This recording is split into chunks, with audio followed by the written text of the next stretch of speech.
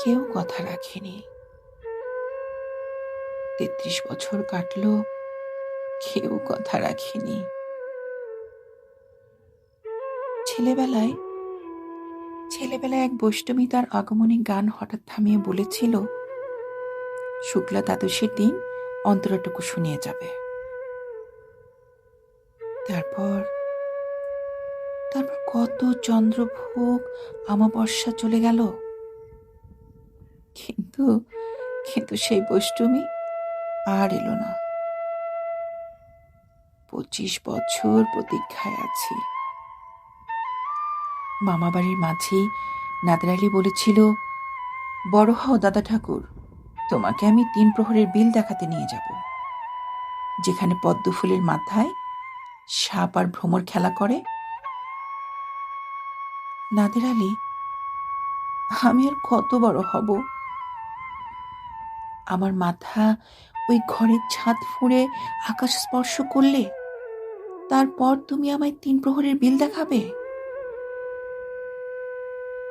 একটাও রয়্যাল গুলি কিনতে পারিনি কখনো। লাঠি লজেন্স দেখিয়ে দেখিয়ে চুষেছে লস্কর বাড়ির ছেলেরা। ভিখারির মতো চৌধুরীদের গেটে দাঁড়িয়ে দেখেছি ভিতরে রাস উৎসব। অবিরল রঙের ধারার মধ্যে সুবর্ণ কঙ্কন পরার ফর্সা রমণীরা কত রকম আমোদে হেসেছে। আমার দিকে তারা ফিরেও চায়নি। বাবা আমার কাঁধ ছুঁয়ে বলেছিল, দেখিস দেখিস একদিন আমরাও। বাবা এখন অন্ধ। আমাদের দেখা হয়নি কিছুই। সেই রয়্যাল গুলি, সেই লাঠি লজেন্স, সেই রাস উৎসব আমায় কেউ ফিরিয়ে দিবে না।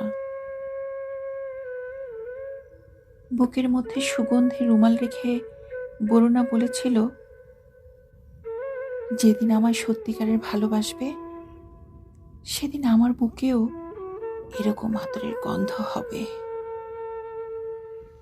ভালোবাসার জন্য আমি হাতের মুঠোয় প্রাণ নিয়েছি।